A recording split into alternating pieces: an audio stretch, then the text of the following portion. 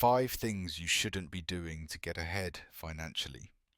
In 2026, most people don't fall behind financially because they're reckless. They fall behind because they're too cautious and overthinking everything. And in 2026, obsessing over certain decisions is going to hold you back way more than it helps. So, in this video, I'm going to walk you through 5 things that won't actually move the needle. And just 5 things overall I feel like you shouldn't be wasting your time on if you want to get ahead financially in 2026. But before we jump into the video, comment down below, what do you feel like is holding you back the most financially right now? Is it overthinking, being too restrictive, not enjoying life? Maybe you're just too focused on the wrong things. Go ahead and comment that down below. Now, jumping into the first thing that I feel like you shouldn't be wasting time on to get ahead financially is obsessing over tracking your cash flow. Because in order for you to actually enjoy your life, you need freedom. You need to stop stressing about how much money you have coming in and how much money you have going out. And most people spend way too much time analyzing every single transaction. A lot of people are way too obsessed with looking at their finances when they should just be living their lives. And I completely understand the appeal of tracking. Sometimes I'll even catch myself going through my bank account thinking, why am I wasting time on this? And so nobody needs to be perfect with tracking. But at the end of the day, you cannot enjoy your money if you're constantly stressed about understanding every penny and if everything feels super restricted for you. And I'm not saying you should be completely reckless with money. We don't have to go full send on everything. It's just mainly about getting freedom and getting peace of mind about your finances without obsessing month in and month out. And so I feel like a realistic approach for this is to stop tracking your spending for 30 to 60 days. And I'll even make a video probably sometime in the next week or two, or the next couple of weeks, just talking about financial freedom in 2026 and what I am doing, as well as what a lot of people could be doing to stop stressing about budgeting this year. But I would say start out by trying to stop tracking your spending for at least 1 to 2 months and start identifying where your unnecessary restrictions are, where you're being too tight, and then where you have different opportunities to actually enjoy your money, things that you didn't even realize you're depriving yourself of. And some of these things you don't even have to stop tracking for.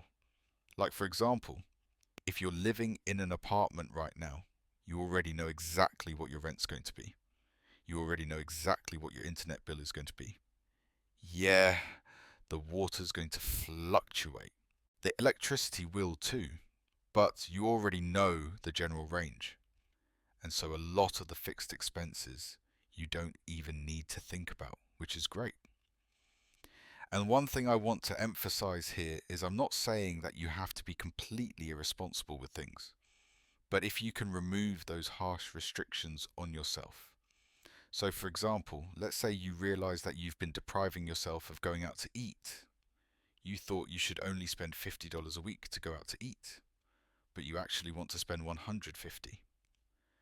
Well, instead of restricting yourself and saying, hey, I'm only going to go out to eat once or twice, maybe let's just enjoy going out 4 or 5 times if that makes you happy. So that's what I mean by removing restrictions. Just removing those barriers and guardrails that are holding you back. And for me personally, what really surprised me when I first stopped tracking my spending, especially when I stopped obsessing over my credit cards, was how much happier I became. I used to be the type of person that stressed over every small purchase.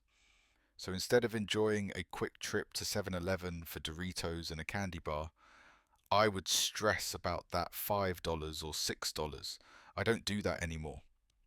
At one point, I realized, damn, I'm spending way too much mental energy stressing about 7-Eleven purchases every month when I should just enjoy that purple bag of Doritos because it absolutely slaps.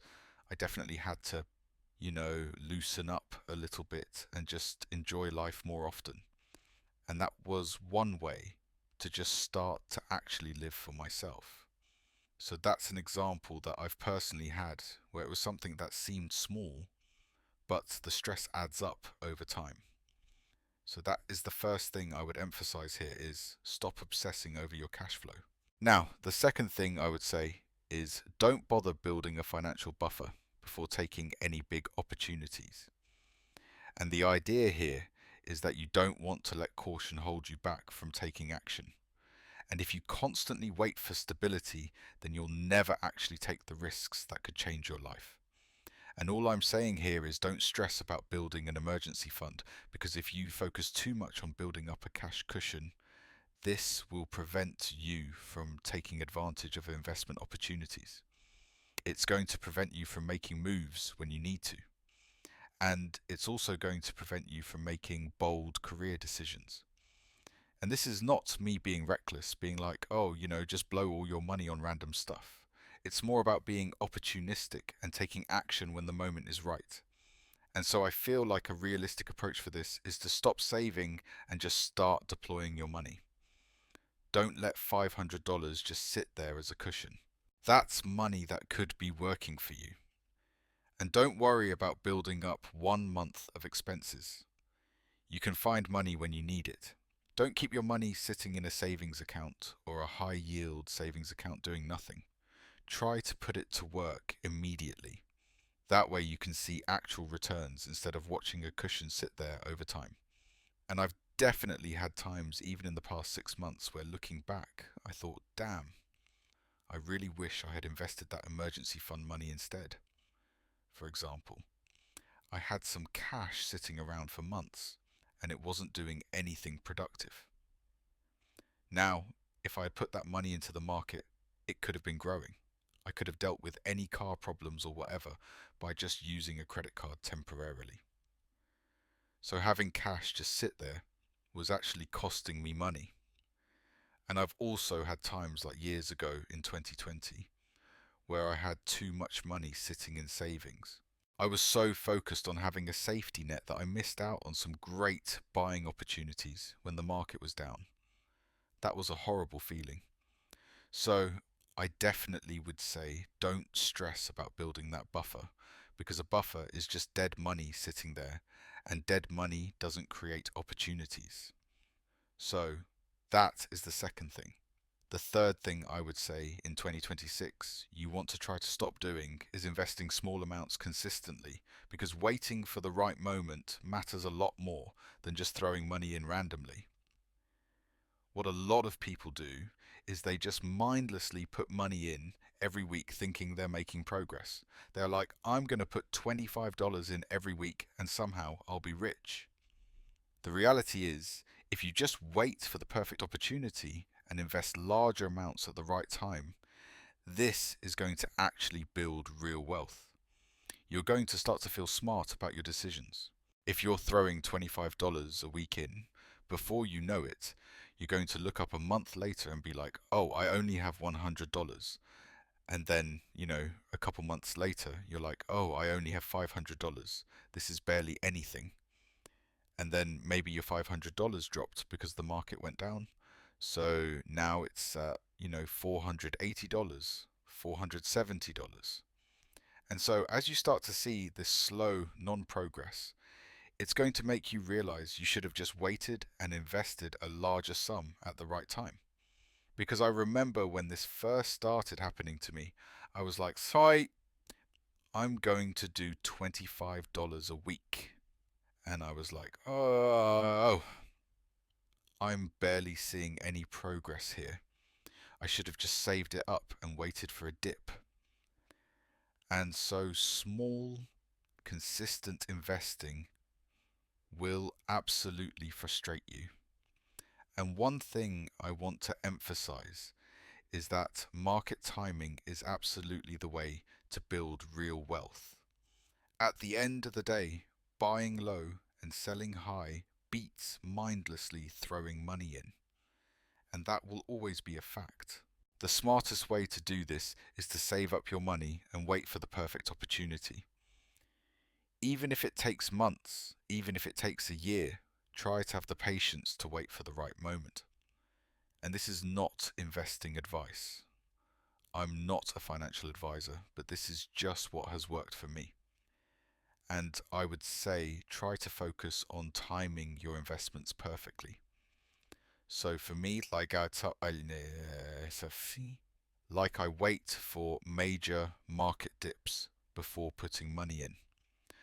I check my investing accounts multiple times daily because catching those daily movements is how you win. And over time, you'll get really good at this. You're going to want to look at your investing accounts constantly, especially if you're trying to time the market. One day or 1 week can make a massive impact on your returns. And so the thing I want you to think about here is the psychology of being patient and strategic is going to matter a lot more than just blindly investing. And like I said before, your returns are going to be much better through perfect timing.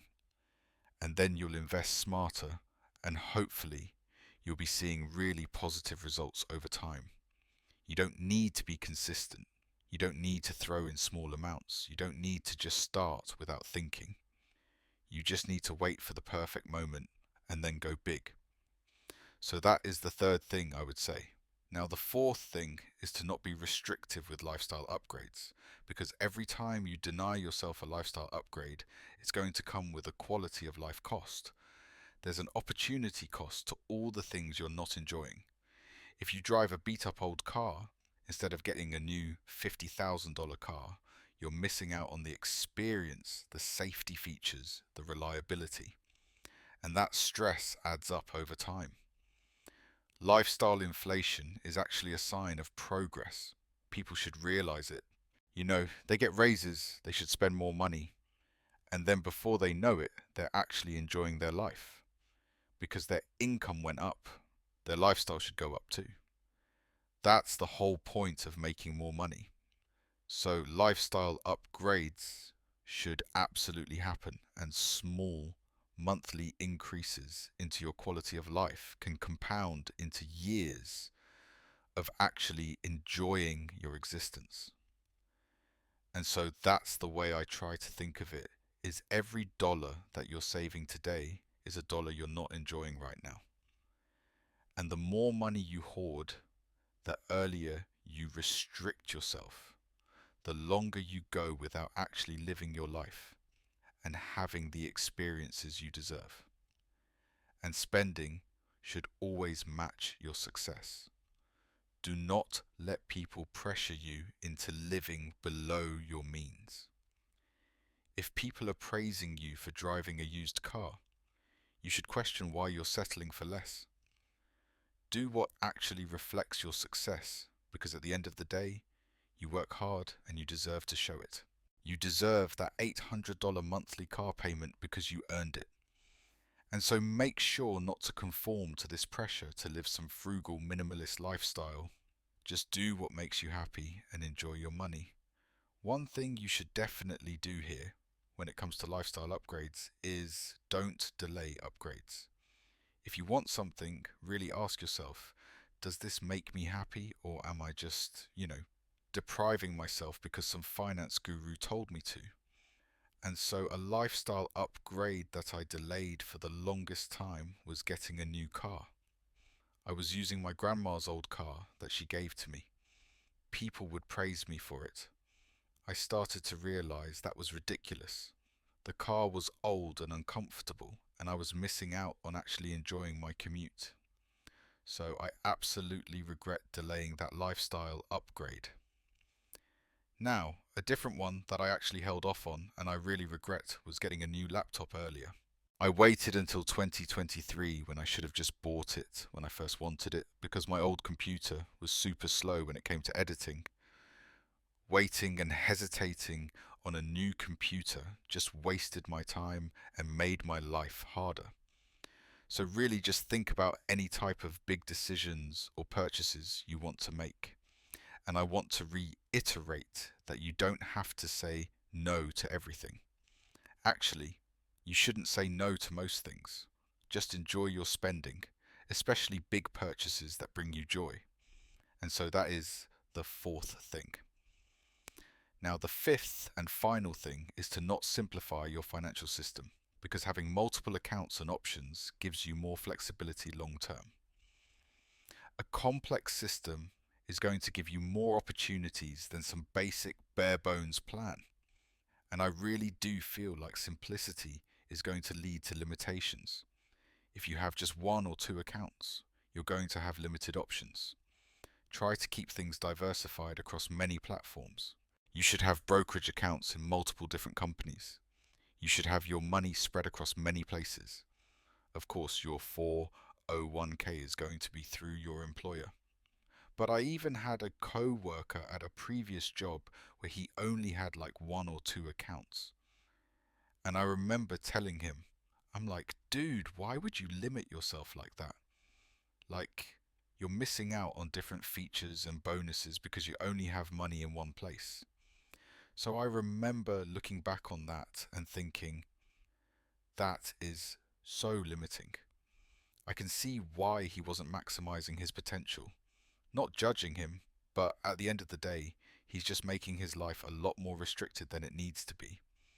And so, you should try to set up a financial system for yourself that increases options and it doesn't limit your flexibility. So, like I said, one way to do this is to have more accounts across different platforms. Another way to do it is to manually control your transfers. So, kind of unlike what some people say, don't just automatically pull $25 out of your account every week. You should be actively deciding where your money goes each time. And try to have flexible approaches for investing, saving, or any discretionary spending that you're doing. And I've even fallen victim to oversimplification, where I remember at one point with my Roth IRA, I only had like 2 or 3 investments. And then after like a couple weeks, I was like, okay, this is way too simple. I am limiting myself. And even this past year, back in August, I didn't have enough diversity. I only had like 2 ETFs. It was just VOO and SCHD. But I ended up realizing I should be buying individual stocks too and spreading across different platforms, which really opened up the investing side of things and just gave me a lot more opportunities. Because if your financial system is super simple, it's going to feel pretty limiting and you're probably not going to maximize your potential long term. So, those are the 5 things that I feel like you shouldn't be wasting time on to get ahead financially in 2026. That is it for me. I hope you guys enjoyed the video. If you did, drop a like down below. Hit that subscribe button. I'll see you in the next one. Peace.